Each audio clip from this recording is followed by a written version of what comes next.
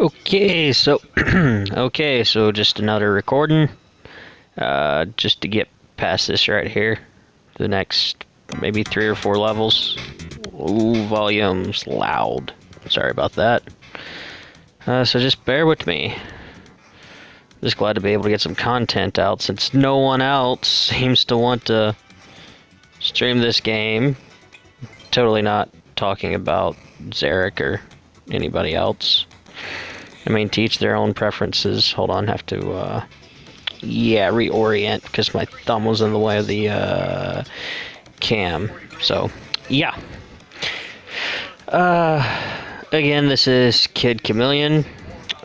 Really fun game.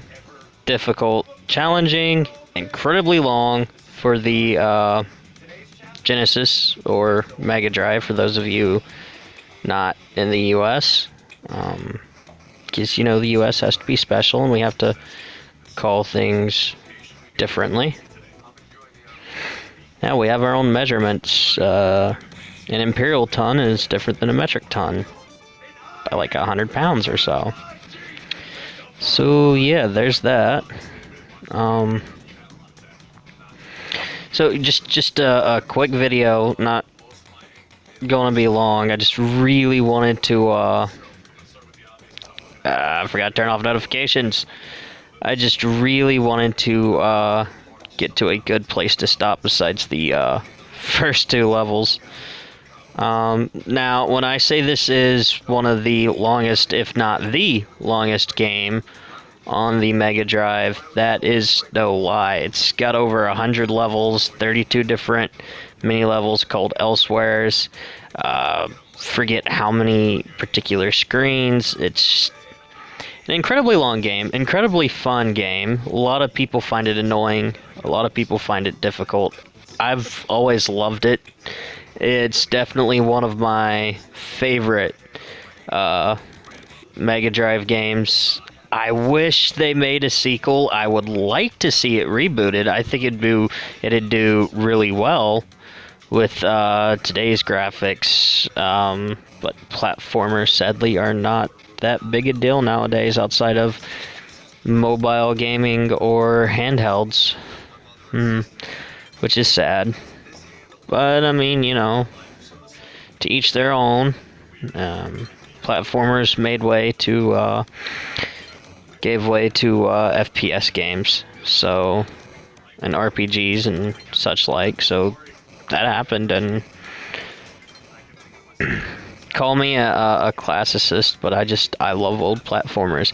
That being said, I don't mind playing Halo or Call of Duty or anything like that. No, I'm not one of those, oh, hey, I no-scoped you type, you know, jerks.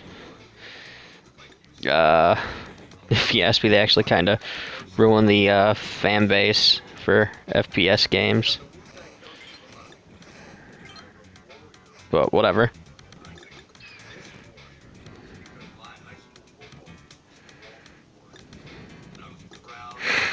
So yeah, I really suck at this, so bear with me. Here's a mess. But yeah, I just wanted to get a few more levels in for the day.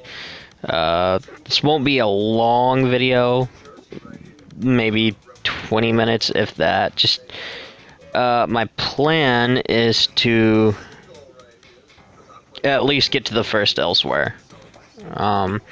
That's what I want to do.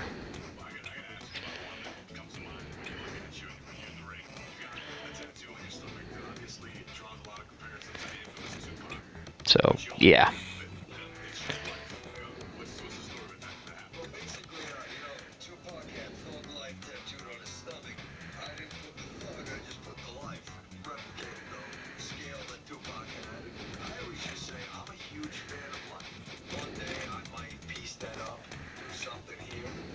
Ooh, almost died there. Yeah, real easy to die in this game. The friggin' walls can actually crush you. Oh, I fucking hate these little hate these little hand creature monster things, whatever they are. Yeah, but if I feel the next rebooted games, they should go back to some of the classics. Bring back, the Mega Drive. Bring back the SNES. People, I mean, we love these games. Granted, a lot of the, younger generation could care less about them. Good example being my 17-year-old brother. But I grew up playing games like this. This is literally my childhood. So I'm more than happy to play these. That being said, if you would like to leave a comment suggesting a Mega Drive game or a SNES game or a NES game, by all means, please do so. I am all ears. Also, don't be afraid to hit the like and subscribe buttons, because, I gotta plug my channel somehow. And I guess that would be the best way.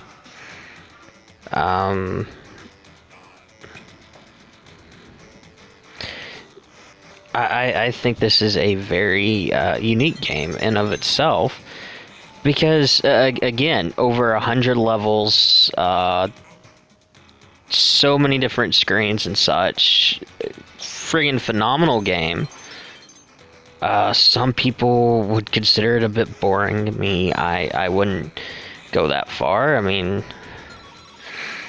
don't get me wrong, it is really difficult. I mean, very much so. After Skull Mountain 3 is when it really starts to get incredibly difficult. Platforming becomes more pronounced, and the elsewheres. Oh god, the elsewheres. They are just you'll see what I mean in like literally a second. Because the first elsewhere is right down here. When I was younger and I would play this, I absolutely hated. I mean, I loved and hated this particular elsewhere, because the platforming is incredibly difficult, and that's one of the reasons why I mean, there's another way here. The thing about the levels is they don't really follow a set path. I mean, they do, but they don't. It's complicated. The programmers who made this game, the developers, were clearly smoking something. I'm not sure what, but I don't really think what they were smoking is legal. They definitely have a huge difficulty on here, but that's one of the things that appeals most to me. I absolutely love this game. Not as much as, say, Sonic the Hedgehog or Rystar even, but it's just a really fun game. And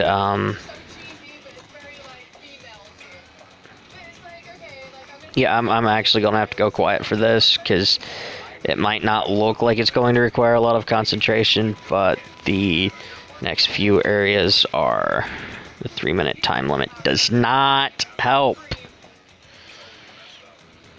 Ignore the mewing cat in the background. She's being fussy. Yes, I'm talking about you, babe. You're being fussy. So, yeah, I might actually end the stream after this if I'm able to do it in the...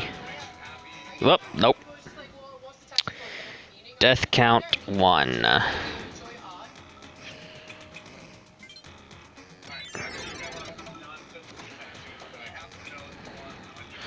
Now, one of the coolest things I thought about this game was the fact that these masks change the person you are. I mean, that's part of the backstory, actually. You are a kid.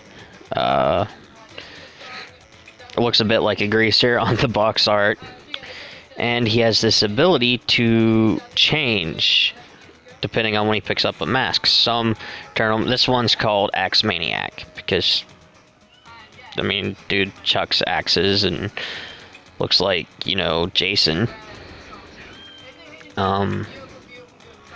That's just one of the examples. The Rhino guy, I forget what his character is actually called, but his gimmick, each mask has a gimmick. The Knight, you can scale walls. The Red Stealth, you look like a samurai, you're able to use a sword, you run faster, you have a higher jump. That being said, he doesn't walk up inclines, you have to jump up inclines. Inclines, rather. The little dude with the winged helmet that spins, that's his gimmick. He spins. That's how he flies. He twirls, and that's how he flies. Yeah, just there's this one that lets you shrink down, to like a third your size, and the whole point of that is to enter small passageways. You can cling to walls. That really comes to help in Sinister Sewers, where you need to cling to walls or else, because Sinister Sewers is basically just giant pitfall. Well, that happened.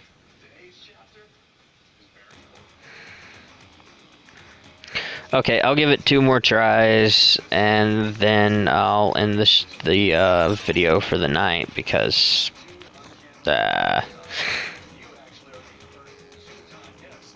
these next few videos won't be too long.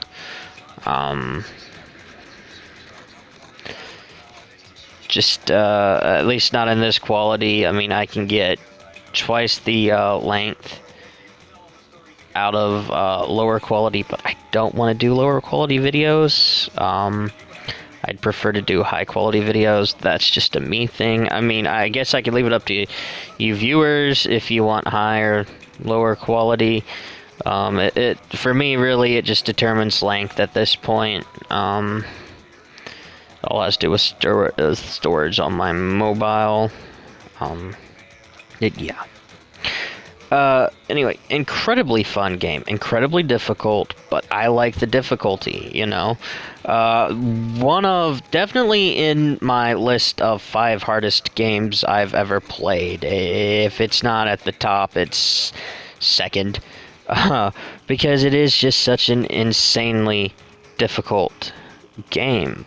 Again, why I love it, though. I love a good challenge, and this is definitely a good challenge. I almost fell.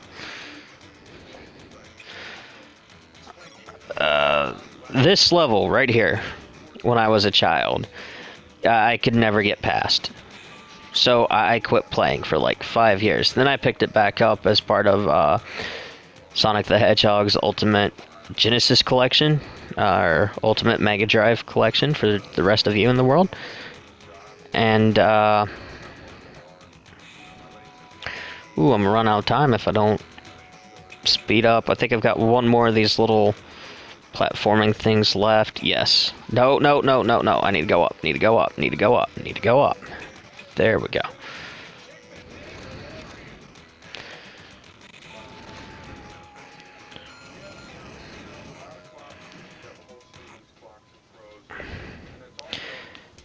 Yep, so this is where I'm going to stop for the night.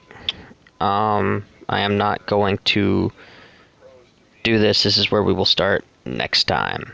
So, thanks for watching. Leave a like, subscribe, comment, tell me how appalling it is. Tell me if you hate this game. Give criticism. I don't care. No, I do care. I care what you have to say. It's just, how should I rephrase that? I care what has to be said. I take comments to heart. So if you have criticism, by all means, please share. When I say I don't care, I mean I don't care if you choose to hate it or like it. If you like it, you like it. If you don't, you don't. That's that. So thanks for watching. Have a good night. And catch you around.